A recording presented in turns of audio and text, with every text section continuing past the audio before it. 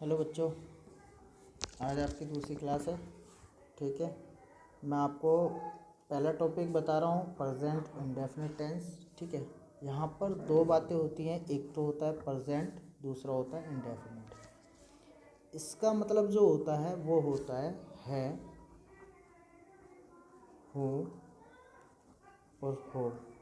ठीक है, और इसका मतलब जो होता है वो होता है ता, ती, पे। दो बातें होती हैं, एक तो देखो सिंपल प्रेजेंट होता है, दूसरा प्रेजेंट इंडेफिनिट टेंस होता है। तो सबसे पहले हम इस पार्ट को समझेंगे कि ये होता क्या है।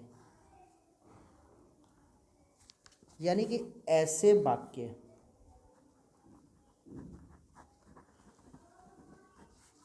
वाक्य, जिसके अंत में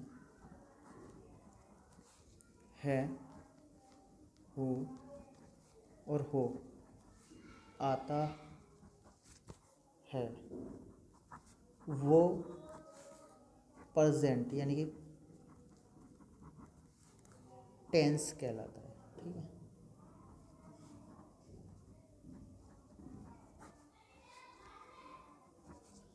जैसे कि एक एग्जांपल देखते हैं, वे ईमानदार हैं। ठीक है, यहाँ पर आप देख रहे होगे इससे रिलेटेड कोई भी वर्ड का यूज़ यहाँ पर नहीं है। तो यानी कि ये कैसा टेंस होगा, प्रेजेंट का। तो इतनी बात तो आपको समझ में आती होगी, आ गई होगी। ठीक है, बाकी अब जो बता रहे हैं हम प्रेजेंट इंडेफिनिट टेंस, इसको अब हम साथ में सीखेंगे क्या होता है प्रेजेंट इंडेफिनिट टेंस। तो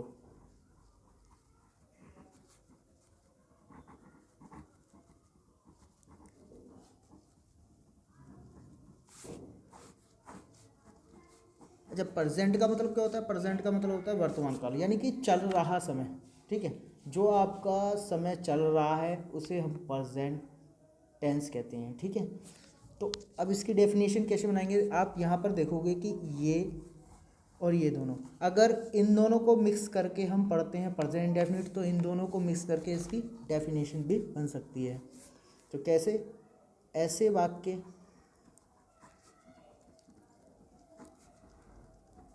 जिसके अंत में ता है,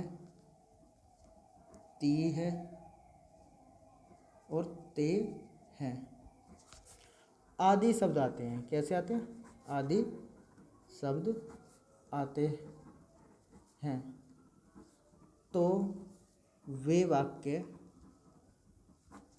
प्रेजेंट इंडेफिनिट टेंस कहलाते। ठीक है, अच्छा, इसके कुछ अपने रूल होते हैं। रूल क्या है? देखो, तीन पार्ट होते हैं इसके। पहला अफर्मेटिव,